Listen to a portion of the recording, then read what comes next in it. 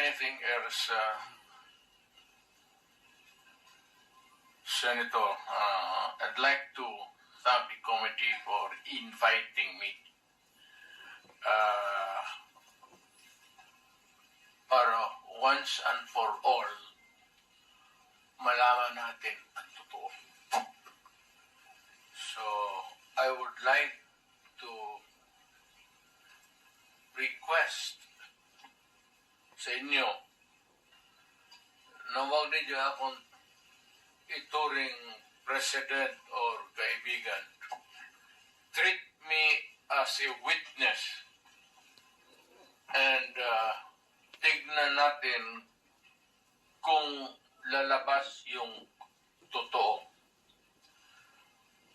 So, with your permission, at maraming salamat po sa inyong lahat for inviting me. I'd like to start my mandate as President of the Republic was to protect the country and the Filipino people. Do not question my policies because I offer no apologies, no excuses. I did what I had to do. And whether you believe it or not, I did it for my country. The war on illegal drugs is not about killing people. It is about protecting the innocent and the defenseless. The war on drugs is about the eradication of illegal substances such as shabu, cocaine, heroin, marijuana, party drugs, and the like, as a menace which ruins people, families, communities, and relationships, and tears apart the social fabric which binds society together in peace, harmony, and brotherhood. It is not unlike slogans which serve as calls for a better future, such as a war on waste, war on corruption, and war against climate change. I have always viewed people addicted to illegal drugs as victims and patients requiring medical help and not as criminals. That is why when the war on drugs slogan came into being, coined first as a message to the people of Davao City to stay away from illegal drugs. But at the same time, I had a drug rehabilitation facility constructed in Davao City, a city government expense, manned by Davao City government doctors, psychiatrists, nurses, and health workers, among others, to look after the complete rehabilitation of those addicted to illegal drugs. I believe then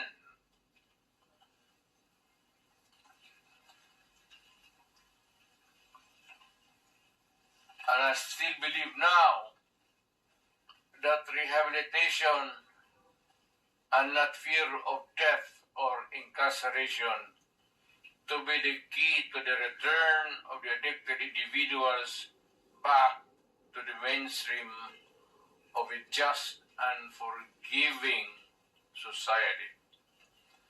But no mistake about it, I hate drugs. I loathe the purveyors, the merchants, and the pushers of this demonizing element. have not failed to emphasize this from the very day of the campaign when I ran for the presidency in 2016. This was my covenant with the Filipinos who believed in me. And to this day, most still agree with what in government have achieved. It is unfortunate that drug-related crimes are on the rise again. Every day you can read about children being raped, people getting killed and robbed.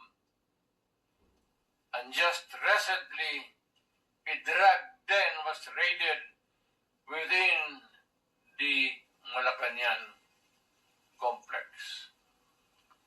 This clearly manifests that the purveyors of this menace are back in business.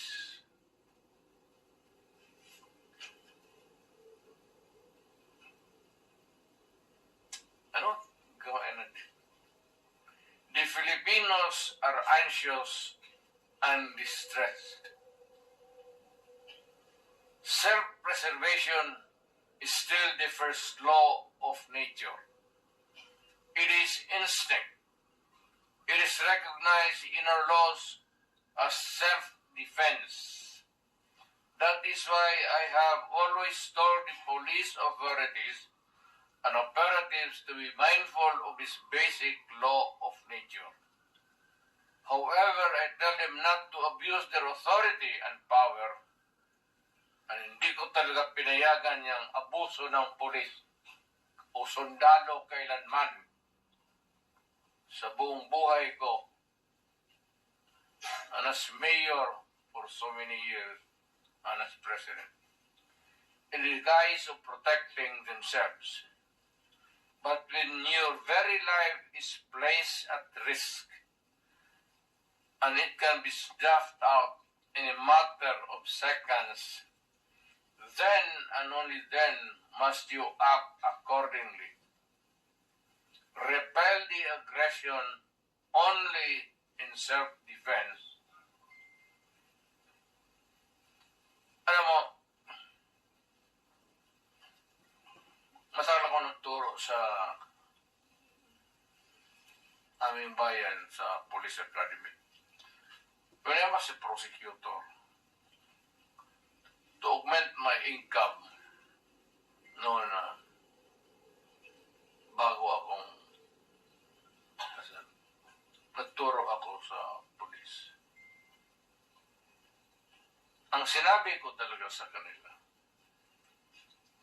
when you are arresting a criminal, you are not supposed to request him to surrender. Rather, you have to overcome the resistance. However, pag ayaw, it's the duty of the police is to overcome the resistance kung ayaw mag-surrender. At kung may baril, at kung tingin mo, sabi ko sa mga polis doon sa academy, mamamatay ka,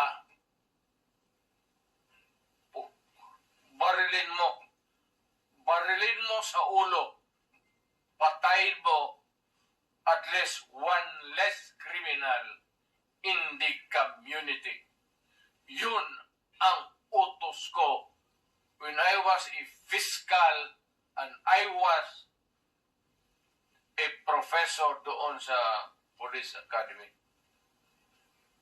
Yun ang turo ko sa kanila. No quarters given, no quarters asked. Criminal ito.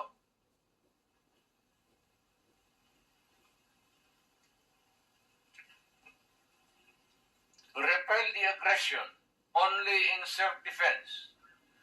Do not make orphans of your children and widows of your wives. I don't want that in my conscience as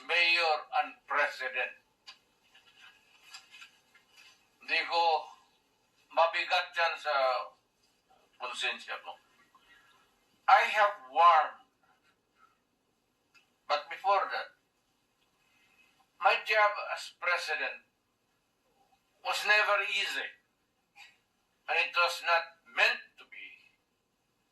I have tried to do the best I can to address the problem of illegal drugs firmly and without compromise.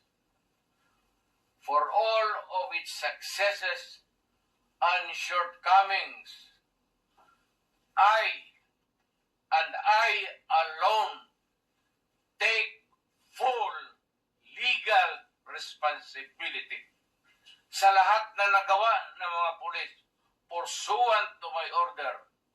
Ako ang managot. At ako ang makulong. Huwag yung pulis na sumunod sa order ko. Kawawa naman, nagtatrabaho lang. Yun ang gusto kong sabihin sa Pilipino at mabutit niyaya ninyo ako dito. Once and for all, yan ang gusto kong sabihin sa tao.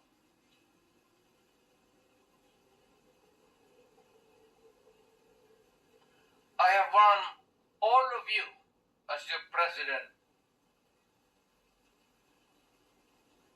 then and as a private citizen now.